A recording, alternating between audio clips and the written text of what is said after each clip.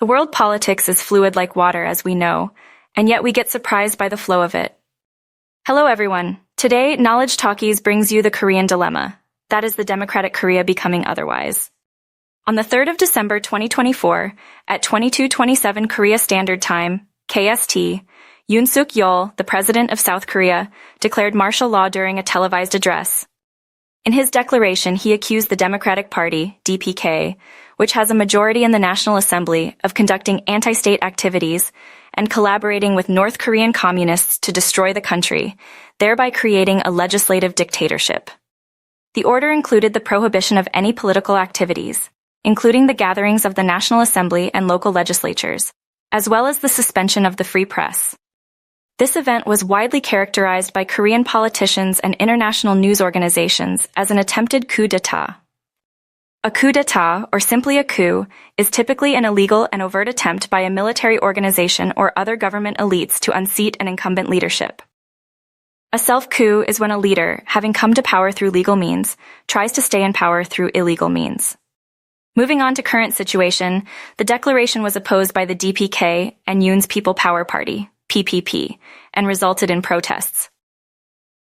At 1:02 on the 4th of December, 190 congresspeople who had arrived at the National Assembly proceeding hall unanimously passed a motion to lift martial law, despite attempts by the 707th Special Mission Group to prevent the congressional vote. Yoon subsequently lifted martial law after a cabinet meeting at 4:30 on the 4th of December and disbanded the martial law command. After martial law was lifted, the opposition stated that it would begin impeachment proceedings against Yoon if he did not resign. Impact. The announcement of martial law was met by surprise and panic amongst the South Korean public due to its suddenness. The PPP's National Assembly floor leader Chu Kyung-ho said he had no knowledge of the decree and only found out about it in the news. Following the announcement, the value of the won fell to 1,444 per US dollar, its lowest value in 25 months. It later recovered to around 1,420, still down from the previous day's high of 1,403. Reuters reported that a central bank official said it was preparing measures to stabilize the market if needed. Finance Minister and Deputy Prime Minister Choi Sang-mok convened an emergency meeting among top economic officials. Aftermath. After the vote, soldiers who had been stationed at the National Assembly began withdrawing, with the Speaker's office later saying that they had left altogether by 1:18 KST. Others began pushing back the crowd of protesters who gathered there, which numbered around 2,000. Several soldiers were seen bowing an apology to the public over the incursion, while others consoled civilians who had engaged in confrontations. Protesters also began calling for Yoon's arrest and impeachment. Lee Jae-myung said the declaration of martial law was done without cabinet approval and that members of the security forces who continued to follow Yoon's martial law orders were committing an illegal act. The Defense Ministry stated that martial law would remain in effect until ended by the president.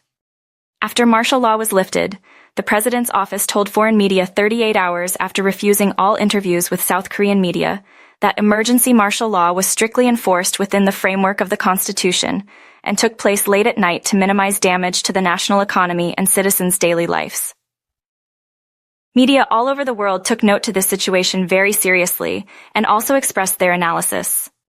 The Economist described the situation as a constitutional crisis due to the ambiguity of the legality of the Assembly's vote if political activities were banned, as well as an attempted coup. BBC News reported one resident comparing it to the 2021 Myanmar coup d'état. Foreign Policy magazine, political scientists Sidney Tarrow and Benjamin Engel, and coup historians Joe Wright and John J. Chin described the events as an attempted self-coup. The subsequent impeachment motion in the National Assembly also described Yoon's actions as a self-coup. South Korea as a country has taken rebuke on our beloved country India many times for poor democracy quality, and yet we see such examples at their end. We Knowledge Talkies think that people should have the right to speak up and take their own life decisions.